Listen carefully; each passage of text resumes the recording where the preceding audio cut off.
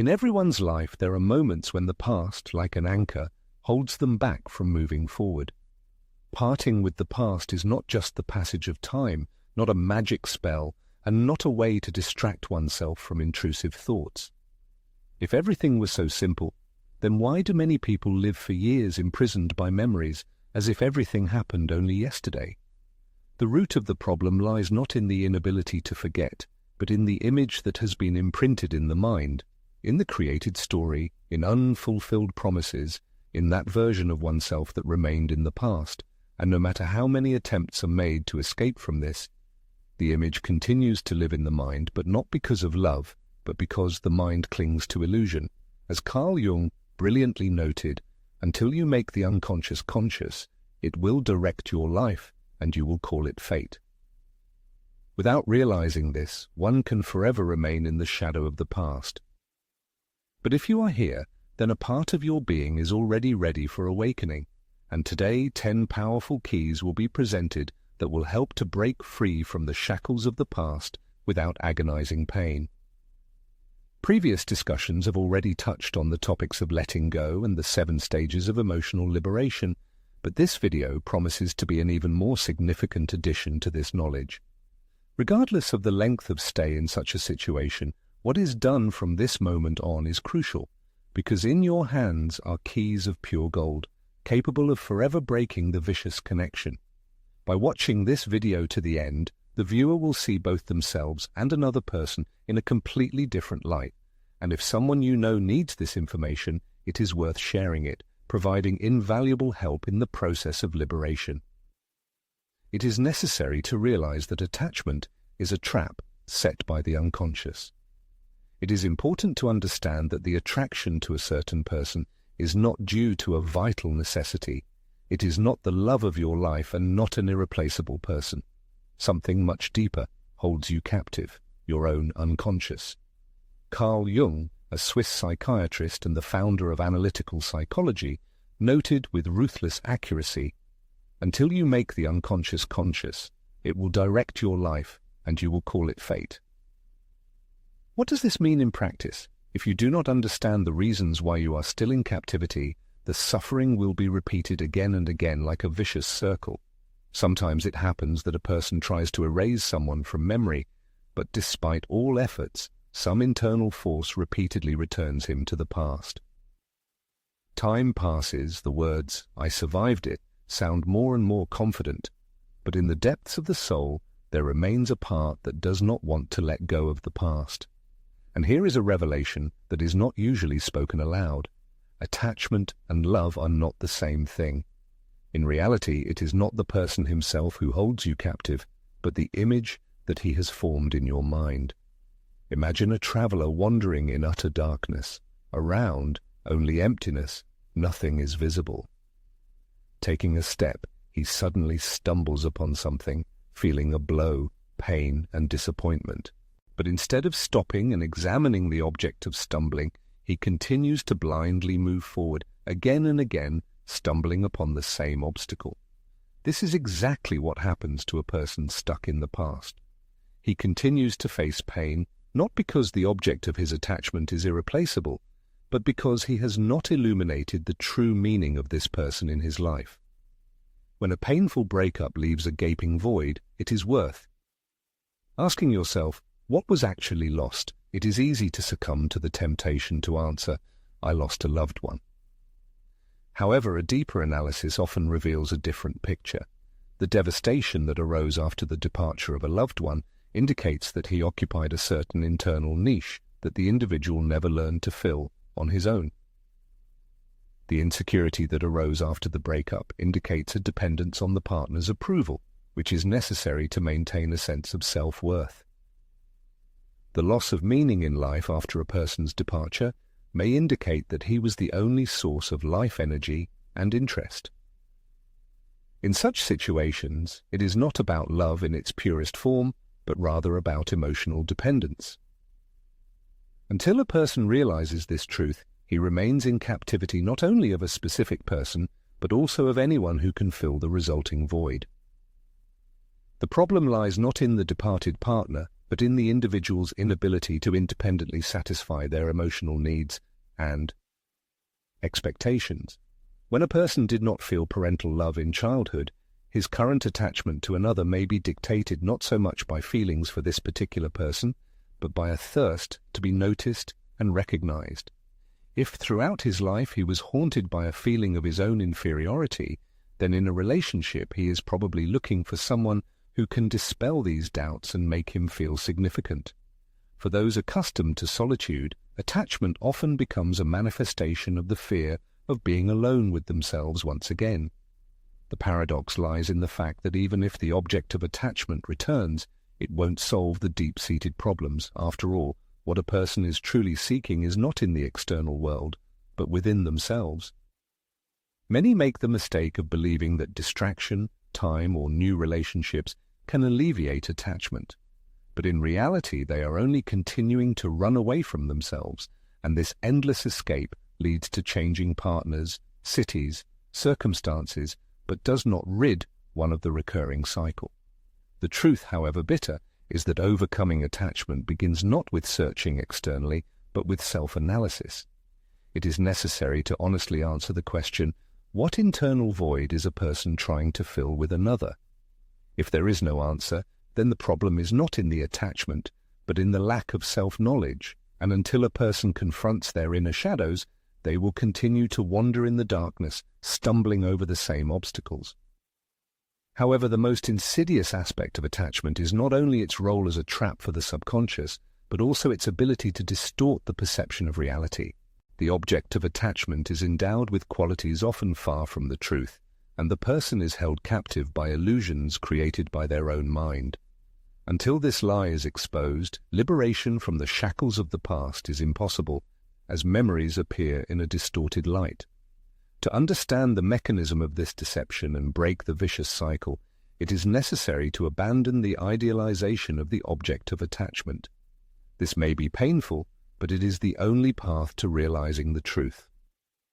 Longing arises not for the real person, but for the lie that the mind has woven around their image. If longing were caused by true love, all the details would be preserved in memory, not just the pleasant ones, but the mind is selective. It discards unpleasant memories, blurs conflicts, downplays expressions of indifference, leaving only those moments when everything seemed perfect. Thus, a person becomes a victim of their own illusion, depriving themselves of the opportunity to see reality as it is. There is a bitter truth that must be realized. The human brain tends to support a certain version of events, even if it is distorted. This can be illustrated with a common example. Suppose someone becomes eager to buy a specific model of car or a certain item of clothing. Soon, they begin to notice these things everywhere. It's not that they weren't there before, but that the brain's attention is now focused on them, and it finds confirmation of this desire everywhere. A similar process occurs in personal relationships. The human brain is programmed to focus only on those moments that reinforce the established perception of another person. If someone is convinced that a certain person was the love of their life, they will only remember the events that confirm this idea. If they believe that this person was the only one who understood them, their brain will ignore all instances when they were ignored. If they believe they will never find someone similar, the brain will reinforce this belief with every comparison they make with other people. This is a treacherous trap, an illusion created by the subconscious. If a person does not realize this, they risk remaining captive to a love that may never have existed in the way they remember it. It is important to critically evaluate one's memories and not allow one's brain to create a distorted picture of reality. Imagine a situation. If someone who caused pain in the past suddenly returned to life with the same baggage of cruelty and neglect, repeating all the offenses and causing the feeling of deep insecurity to be relived, would one want to be with that person again? If the answer is negative, a logical question arises. Why then do the memories of them continue to cause suffering? The reason lies in the fact that it is not the real image of the person that lives in memory, but an idealized version created by the imagination. It is a memory of what one wanted to see in that person, of the hopes and expectations that were never fulfilled. The stronger the idealization, the more one's own value is diminished. By placing someone on a pedestal, a person involuntarily puts themselves lower, beginning to believe that such an ideal cannot be found again. But the truth is that such a person never existed in reality.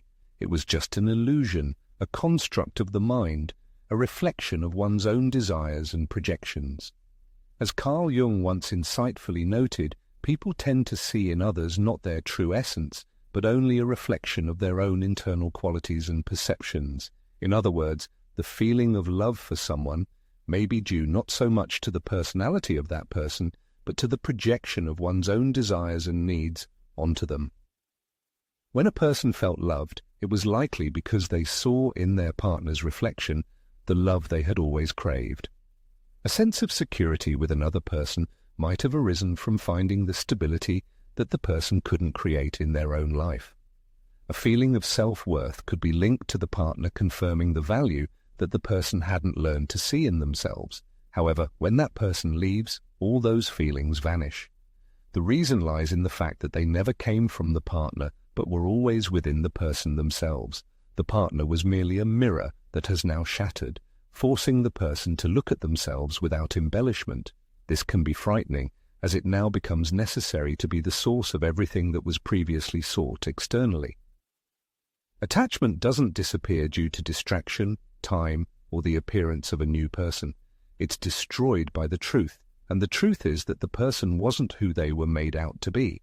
If that were the case, there would be no suffering, and there would be no need to seek comfort.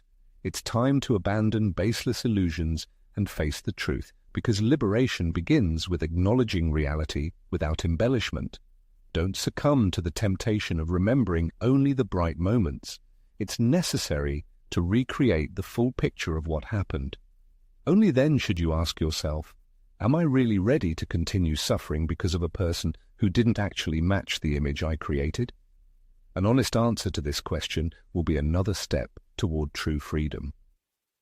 But a natural question arises: if idealization causes suffering and holds one captive in an illusory version, why do people continue to cling to it? Why, even realizing the truth, do they feel empty when that person leaves their life? The answer is simple. The source of the pain lies not in the loss itself, but in the resistance to it. The mind desperately clings to what has already passed into the past, and it's this self-destructive behavior that causes suffering. Next, it will be shown how to let go of the past, not allowing pain to consume the person entirely. When this understanding comes, attachment will lose its power. It's important to realize that pain stems not from the loss itself, but from resisting it. Reflecting on the nature of attachment can turn the usual view of experiencing loss upside down. The true cause of heartache lies not in the very fact of losing a loved one, but in the desperate resistance to inevitable letting go. Suffering arises not because of the departure of another, but because of the internal unwillingness to accept their absence. It's not the end of the relationship as such, but the internal struggle that a person wages with an undeniable reality. It's not the absence that engulfs, but the inability to accept the accomplished fact. Deep down there is hope for change, waiting for a message, repentance, a miracle that will bring everything back to normal. It's this expectation that becomes the cause of self-destruction. Imagine a person holding a rope with all their might, while another pulls it with no less zeal. Every effort to bring the other closer echoes with pain in the hands, tension in the muscles, exhaustion of the body. But then the other person lets go of the rope, and the first continues to cling to it. The hands remain clenched, the body tense, the mind captured by the struggle, although there is no opponent anymore. It's at this moment that genuine torment sets in, when the source of pain becomes not the loss itself, but the desperate unwillingness to let go of the past. The romance is over, the plot of life is rewritten, the person has moved on their way, but the mind stubbornly clings to a battle whose outcome has long been predetermined. The only reason why suffering doesn't subside lies in the unwillingness to admit the accomplished fact of the end. Understanding this is not easy, because acceptance implies looking at reality without embellishment and illusions, abandoning fruitless searches for answers in the void, saying goodbye to the hope of returning to the old days. For many, this test is scarier than the pain itself. However, it's worth realizing that denying reality cannot change it. If a person has left life, then that's the way it is. If they broke off contact, found a replacement, or left without a word, it became an accomplished fact. And the stronger the resistance to accepting this fact, the longer the mind will remain in the grip of pain that exists only within its walls. The truth is that it's not fate that punishes, it's not an evil fate that dooms one to suffering, and it's not another person who has power over feelings. The cause of suffering lies in one's own persistent desire to hold on to what is irretrievably gone. Look at the world around you. The planet continues its rotation, days replace each other, the seasons smoothly flow into one another. Time relentlessly moves forward, and only a person, at times, seems to freeze in place, remaining in the grip of the past. A natural question arises: how much longer does one intend to resist the inexorable flow of life? Life won't wait for him to gather his courage and let go of the past. It moves on, heedless of his inner turmoil. The question is, will he continue to cling to a relationship that has run its course until it completely destroys him, or will he find the strength to let it go once and for all? When a person realizes this simple truth, attachment will lose its power over them.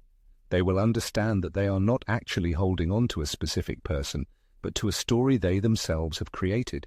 But even if this realization comes, even if they have rationally analyzed everything and put it all in order, there is still a feeling that something is pulling them back, preventing them from moving forward. The reason lies in the fact that the human mind is programmed to cling to the past. It is surrounded by invisible anchors that constantly push it to return to the old. And until he gets rid of these anchors, he will repeatedly return to what he so desperately wants to leave behind. It is necessary to understand what these anchors are and how to eradicate them in order to gain long-awaited freedom. Getting rid of emotional attachments often turns out to be a difficult task. The main reason for failures is not the lack of desire to let go of the past, but the constant surrounding of oneself with reminders that relentlessly pull back. A telling example is the experience of people getting rid of addictions. The first step on the road to recovery is a change of scenery. It is important to avoid familiar places, refuse to communicate with certain people, and change established habits. This is because the environment acts as an anchor that constantly returns a person to past addiction. A similar mechanism works in emotional attachments. Returning to a person does not always occur out of conscious desire, but because the environment constantly reminds of them. Saved correspondence, secretly viewing photos, listening to music that evokes memories, visiting places where there is hope for a meeting, all this plays the role of anchors, invisible chains that shackle a person. As long as a person is surrounded by these reminders, moving forward becomes almost impossible. Attempts to move on will end in relapses, returning to the previous state. Let's imagine the image of a person trying to cross a river with an excessively heavy load on their shoulders. The stones in their backpack symbolize the burden of past relationships. With each step forward, the resistance of the water and the weight of the load become more and more noticeable, turning the movement towards the goal into a painful test. Despite desperate efforts, fatigue increases and confidence in success melts before our eyes. In the end, there comes a moment when a person drowns, not because of the depth of the river, but because of the unwillingness to part with the load that pulls them to the bottom. A similar situation occurs in the emotional sphere. A person may strive to be freed from a painful connection, but continues to retain everything that binds them to the past. If they truly crave freedom, they need to decisively sever all the threads connecting them with their former life. As long as they allow the past to influence the present, moving forward becomes impossible. Constantly viewing the former partner's profile on social networks is tantamount to deliberately pushing oneself to return to the past. Storing photos only increases nostalgia and gives rise to sadness. Maintaining friendly relations with a person who has caused pain only prolongs suffering and prevents the healing of a mental wound. To gain true freedom, it is necessary to decisively break all ties with the past and focus on building a new life. Why does a person continue to torment themselves? If there is indeed a desire for liberation, it is necessary to make a firm decision, implying a complete break with everything that holds in the shackles of the past. If necessary, one should resort to blocking contacts, erasing painful memories, avoiding places that resurrect the past, do everything possible to close this door forever. The truth is that a door left even slightly ajar will sooner or later be crossed again. To achieve true freedom, it is necessary to complete the chapter of one's life completely, without half measures and delays, without waiting for a suitable moment that may never come. The longer the break is delayed, the longer the suffering is prolonged. The question arises, will the person continue to cling to the destructive anchors, or will they break the connection with them once and for all? Accepting this decision will deprive the past of all power.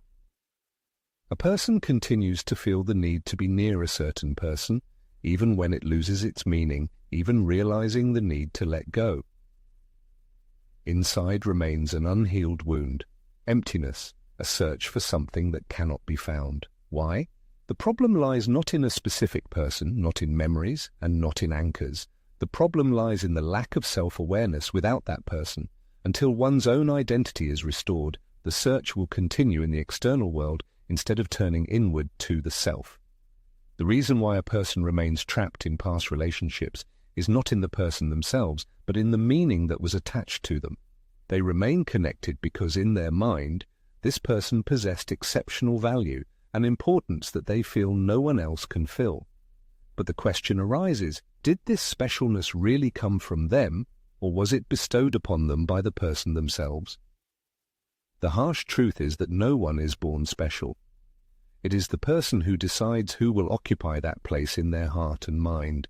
It is their mind that elevated another to the rank of a symbol, made them unique and irreplaceable, someone who left an indelible mark on life. But if all this significance was created by them, then why can't they undo their decision? Imagine a busy street where hundreds of strangers pass by every day. People meet eyes, but do not linger in each other's memories. They do not cause longing or reflection before bed. The reason is simple. No importance was attached to them. But if one of these passers-by shows attention, listens, understands, and supports, they immediately gain significance. And the more happiness a person associates with this new acquaintance, the more special they become in their mind. Not because they actually possess some exceptional qualities, but because they were made that way. The author of these words does not seek to mislead. Their goal is to express what many prefer to keep silent about. The truth is that it is not love itself that binds us to another person, but the meaning we attach to that love, which becomes our prison.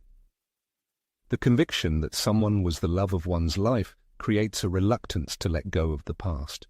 The belief that no one else can understand as deeply closes the door to new acquaintances and perspectives. The certainty in the uniqueness of the created union forces one to constantly look back to the past. But what if all these beliefs are wrong? What if this person was not that love? What if the relationship was not unique, but merely a coincidence of two lives in a certain period? What if the assigned meaning is not reality, but only a fictional story created by the mind? If one dares to question these established beliefs, something inside will inevitably break. And then comes the realization that the idealized image of the person did not correspond to reality, that they were not as special as they seemed. In reality, the connection with this person was not based on mutual attraction, but on an acute need. It was a thirst to be loved, a need for confirmation of one's own significance, a desire to believe that something completely new and previously unknown had finally been found. But if all these feelings and aspirations were born within you, then why does the confidence in dependence on them remain? How to dispel this illusion, how to break free from the delusion? To truly let go of the past, you need to destroy the meaning that you gave it. And this requires courage that few dare to take, rewriting the history of your relationship. Your mind repeats the same story over and over. He was the only one, unique, No one else can make me feel the same. I lost something irreplaceable. But it's time to change this story, because the reality is different. He was not the only one. He was just someone who reflected your own needs and desires at a certain point in life. What was lost was not an irreplaceable person, but only an experience that has already completed its cycle. He was not unique. He was just one of those with whom your life paths crossed. Close your eyes and repeat this over and over until this thought takes root in your mind. It is necessary to critically rethink every thought that pushes you to idealize the object of attachment. It is important to see those shortcomings that previously remained in the shadows, intentionally or mistakenly ignored. One should revive in memory those episodes when the actions or words of this person caused pain, caused disappointment, or did not meet expectations. It is necessary to destroy the pedestal on which this image was erected, for having freed oneself from illusions, it will become obvious that the person who seemed so exceptional was not so in reality. The realization comes, it was you who endowed them with special qualities. And if you had the power to elevate them, then it is in your hands to deprive them of this power. Now that the veil has fallen and the truth has appeared in all its clarity, when the understanding has come that it is the meaning attached that holds one captive, the most difficult stage of liberation begins. Even after rational contemplation, even with full awareness of what is happening, a certain resistance may still lurk within, a desire to go back, to seek explanations or justifications for what happened. The reason lies in the fact that a person continues to tell themselves a story that keeps them imprisoned, and until that story is destroyed, they will remain trapped in a vicious circle from which there seems to be no escape. Break the chains of the narrative that holds you captive. If the feeling of being unable to let go of someone still haunts you, the reason is not a pressing need for them, but the continuous repetition of the same story. A scenario is replayed in the mind over and over again, condemning you to suffering, clinging to the past, and fruitless searches for answers where they no longer exist. Until that story is destroyed, the shackles of the past will bind you. The power of inner monologue is immense. Imagine someone telling you every day, "You will never recover from this blow. You missed the best thing that could have happened in your life. No one will ever love you as much." How would you feel being subjected to such a stream of negativity every day? Most likely crushed, broken, and convinced of the truth of these words. If you don't allow others to say such things to you, why do you repeat them to yourself with every thought? I can't live without him, her, I'll never find anyone like them. If I had acted differently, we would still be together. Each repetition of these phrases in your mind is another turn of the chain that binds you. By convincing yourself that it is impossible to survive this, you doom yourself to stagnation.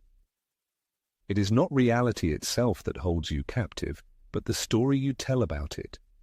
And the biggest lie is the one you constantly repeat in your mind. How to break free from the tenacious embrace of the narrative that holds you hostage.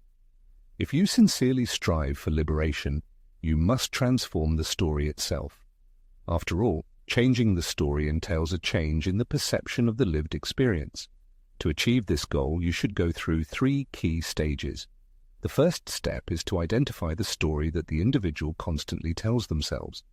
It is recommended to make a list of all the phrases and statements that have been repeated since the departure of the significant person. It is important to be extremely honest. I will never be able to recover from this loss. He was my perfect match. I will never be able to love anyone so much. You need to record these words on paper, read them, realize their nature. They are just words, not an immutable truth. These are just concepts that a person has decided to believe in. The second step involves destroying this story through logical analysis. For each phrase from the list, a truthful answer should be opposed. For example, to the statement, "I will never be able to recover from this loss," you should ask, is this really true, or is it just a fleeting feeling due to the current moment? Regarding the phrase, "he was my perfect match," you need to think, If he was perfect, why didn't the relationship work out? And to the statement, I will never be able to love anyone so much, you should answer the question, can I really never love, or am I deliberately closing myself off from new opportunities out of fear? By questioning each thought, analyzing each belief, a person comes to the realization that none of the words spoken are absolute truth. Everything is subject to change and reinterpretation. The third stage of transformation is to create a new narrative framework for your life. If until now the leitmotif of the narrative was the phrase, I am not able to cope with this pain, then now you should replace it with the statement, I am on the path to healing, and with each passing day I am becoming more and more free. If earlier there was a thought, I will never experience such feelings again, then it needs to be transformed into the belief, a different love awaits me, more mature and harmonious. If you were haunted by a sense of losing something unique, then you should replace it with the realization, I have learned a valuable lesson and am now ready for new, more promising opportunities. The truth is that everyone determines the script of their life. It is the person who decides whether to remain a hostage to the story of suffering or to move forward towards freedom and self-realization. You should not stubbornly believe that the oppressive emptiness arose only because of the loss of a loved one, because in fact it existed before. This person only temporarily masked it, muffled it, and made it more tolerable. Now that they are gone, everything that the person avoided comes to the surface. Pain does not arise from the end of a relationship, but from a feeling of loneliness and detachment from oneself.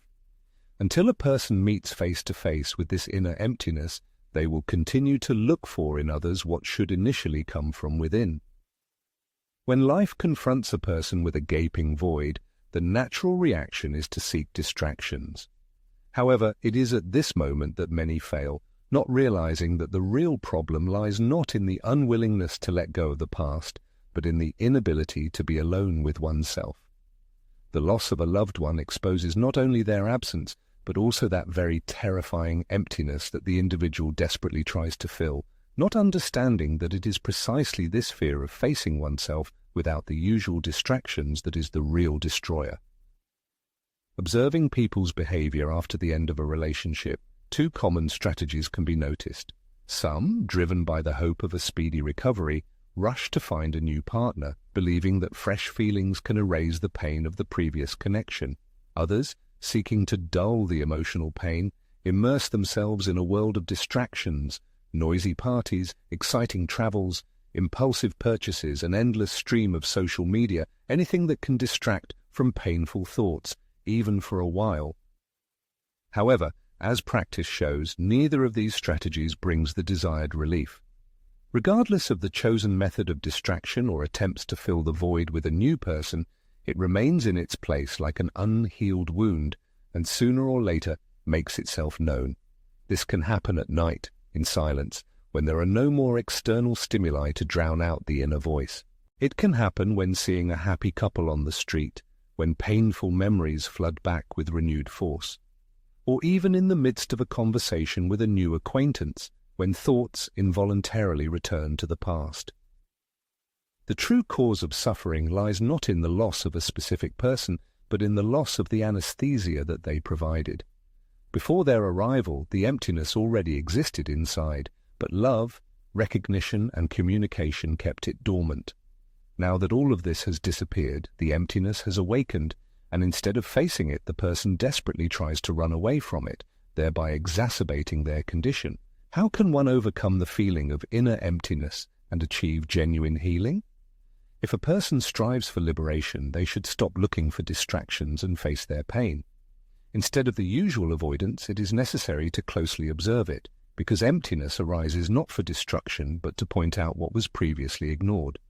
The feeling of being lost after a breakup indicates a lack of one's own identity. The feeling of meaninglessness in life suggests that even before meeting another person, there was already emptiness in the soul, the inability. To be alone with oneself indicates a constant dependence on someone for a sense of fulfillment in life. At this moment, it is important to ask oneself questions. Who am I without this person? What do I want in life, regardless of others? What emotional wounds need healing? It is important to realize that seeking quick solutions, avoiding emptiness through distractions, fleeting relationships, or temporary anesthesia will only lead to a repetition of the pain. The pattern will not disappear over time. It will only be destroyed when a person fearlessly confronts themselves. When an individual learns to be alone with themselves, when they no longer need confirmation from others, attachment loses its power. At this moment, true freedom will come. A person has spent their life searching for someone to fill their inner void, but never asked why they initially felt incomplete. They continue to believe that the problem is the absence of someone nearby, when in fact the root of the problem is the absence of themselves. And until a person restores their identity, they will seek in others what should come from within. The revival of self is the primary task. If the breakup does not bring relief, if the feeling of loss does not leave, then the reason lies deeper than just a separation from a partner. There has been a loss of one's own identity, and until there is a return to oneself, the search for the missing element will continue in other people, although the source of healing is within. It is worth considering, when a person is entirely focused on another person, when life flows in close connection with them, everything gains meaning. Days are filled with thoughts about them, conversations, joint plans, constant exchange of messages. Even at a distance, their presence is felt in thoughts and feelings, but there comes a moment when they leave, and with them disappear the familiar way of life, the sense of security, the dreams of the future. Suddenly, a void is formed that cannot be filled because the understanding of oneself outside the context of this relationship is lost. There is no longer a clear idea of how to dispose of the love previously intended for them. It is unclear how to occupy the hours that were previously filled with their presence. Hence the feeling of incompleteness. It is not about the indispensability of this person, but about the fact that a personality dependent on them was created. Now that they're gone, it feels like a part of myself has disappeared. When the feeling of being in love is mistakenly elevated to the level of self-identification, a serious problem arises. From an early age, a person is convinced that love is the highest value, and the search for an ideal partner is the main goal of existence. The obsessive idea of the all-consuming power of love penetrates the mind, making one believe that one's personality is inextricably linked to another person, and when that person leaves, there is a sense of losing oneself, but it's worth considering whether it's really worth continuing to live in such dependence on another person in order to feel complete. The reality is that without a solid inner foundation of identity, a person will always need someone to confirm their worth, and when that person disappears, inevitable destruction will occur. How do you restore your identity after losing a loved one? To truly let go of the past, you need to rebuild yourself, and you should start with a simple but effective step.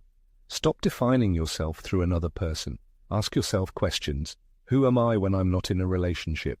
What interests me? What do I want to achieve in life regardless of others? And most importantly, how can I make myself my own priority? After all, if you don't learn to be the center of your universe, you will always revolve around someone else. And when that person leaves, you will find yourself in emptiness again. Start by rebuilding from the inside out. Change your usual routine, try new things, rediscover forgotten hobbies, surround yourself with people who inspire rather than distract, and, above all, learn to be alone with yourself.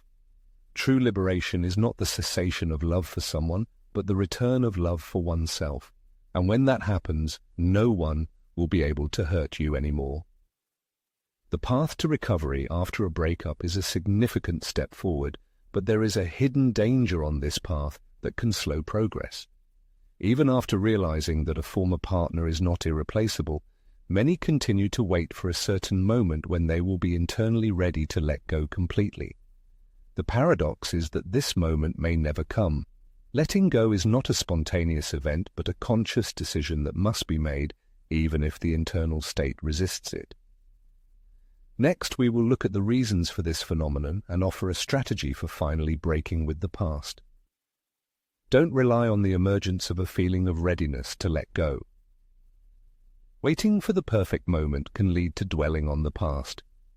It is widely believed that one day a person will wake up without any feelings, and the pain will disappear on its own, making the process of letting go easy and natural. However, practice shows that this moment rarely comes. Waiting for a feeling of readiness is a trap that is easy to fall into. Remember how many times important undertakings were postponed until a feeling of readiness appeared. I will start going to the gym when I have more energy. I will stop communicating with him when he stops bothering me. I will block his number when the pain subsides. But days turn into weeks and months, and the situation remains the same. The truth is that a feeling of complete readiness may never come. Fear will not disappear until you start acting, nostalgia will not pass until you let go, and the wound will not heal until a final decision is made. The process happens in reverse order. First a decision is made, and then the pain begins to gradually subside. Waiting only exacerbates the situation, prolonging the suffering. Every day spent attached to the past only feeds this attachment, reopens old wounds, and makes you ask the same questions again and again, hoping that someone or something from the outside will do the work of letting go. But the reality is that letting go is not an event that happens on its own, but a conscious choice that must be made here and now, regardless of how good or bad you feel, whether you are ready or not, whether you are in pain or not. How do you break the vicious circle and move forward, even when confidence leaves much to be desired? First, you need to make a firm decision to end the outdated relationships or situations. Don't wait for the perfect moment when all fears dissipate and confidence peaks. Sometimes the only way out is to act decisively, delete contacts, block access, change the situation. The main thing is not to allow doubts to paralyze the will. Secondly, it is important to understand that the process of liberation will not bring instant relief. Getting rid of the old can be accompanied by pain and discomfort. However, every action aimed at gaining freedom will strengthen the spirit and bring you closer to the goal. Do not expect letting go to happen instantly and painlessly. Thirdly, remember the ability of the mind to adapt to new conditions. Initially, anxiety, nostalgia, or fear may arise. This is a natural reaction of the brain to change. However, with consistent effort over time, the brain will rewire itself and learn to let go of the past. Letting go is not a passive waiting game, but an active decision. The only question is, what will you choose, to keep waiting until it becomes easy, or to decide to act despite the pain? Only by making this choice can you strip the pain of its power over you and begin moving towards a new life. It seems the decision has been made irrevocably. Waiting for time to heal the wounds is no longer an option. However, it is at this stage that many fail. Having freed themselves from the shackles of the past, they continue to drag along a burden of resentment, indulging in memories steeped in hatred and feeling the bitterness of losing something priceless. The past still powerfully controls their present. Until their view of the past changes, the chains of bygone days will hold them firmly in their grasp. Next, the secret of how to let go of the past with gratitude rather than resentment will be revealed. This final key to freedom has immense power, and its loss will devalue all previous efforts. Only in this way can true freedom be attained. Therefore, this moment deserves special attention. So let go with gratitude, not resentment. A considerable path has been traversed. The trap of unconscious attachment has been recognized. Idealized images have been shattered. It has been accepted that pain stems not from the loss itself, but from resisting the process of letting go. Anchors that trigger painful memories have been destroyed, and the fear of emptiness that hindered progress has been overcome. But there is one more important nuance that, if overlooked, can draw you back into a vicious cycle again and again. Many people are able to break physical ties with the past, but remain in emotional captivity, continuing to stir up old wounds with resentment, regretting what was lost, and accumulating anger at what happened. They do not realize that as long as they carry this heavy burden, they are not destined to attain complete freedom. At the very heart of the problem lies the poison of resentment, which contaminates the soul. It is not enough to simply sever physical ties with a person if deep down there is still malice and a thirst for revenge. It is pointless to remove them from social media if every morning begins with thoughts of the pain they caused. It is impossible to move forward if there is a conviction in your heart that life owes you for the loss you experienced. Resentment is an invisible shackle that binds the mind and heart. It creates the illusion of liberation, while the person remains a prisoner of the past, reliving painful memories over and over again, replaying the details of what happened in their head, and waiting for the universe to finally triumph and make the offender pay for what they did. But it is worth asking yourself, how much longer will the past be allowed to control the present? So how do you break free from resentment and move on? You need to realize how far you have already come. You have grown, acquired new knowledge and skills, and discovered qualities and opportunities within yourself that you never knew you possessed. And like it or not, all of this happened thanks to the very person who caused you pain, not because they were good or did the right thing, not because they deserve gratitude, but because without that pain, there would have been no awakening. Without that disappointment, you would have remained naive and inexperienced. Without that break, there would have been no opportunity to recover and become stronger. So why continue to hate an experience that ultimately made you stronger? This is not about justifying what happened, nor about downplaying the damage done, but about understanding that clinging to resentment only exacerbates suffering. The key to liberation lies in changing your perspective on the situation. This is not a loss, but a discovery of yourself. It's not a mistake, but a valuable lesson. It's not the end of something good, but the beginning of something better. And when the past is perceived in this way, it will lose its power, the pain will cease to be a burden, and the memories will no longer cause suffering. And then, for the first time in a long time, a sense of true freedom will come. To free yourself from the burden of the past and let it go with gratitude, you should take several important steps. First, you need to rethink what happened. Instead of dwelling on the feeling of loss, focus on the lessons learned.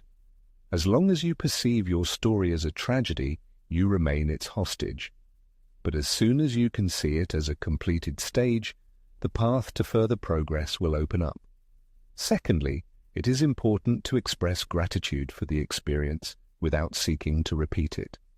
You can value the knowledge you have gained without wanting the past to return and close the chapter without resentment. Gratitude does not mean wanting to restore the former relationship, but rather freeing yourself from the pain associated with it. Third, it is necessary to break the vicious cycle of negative thoughts.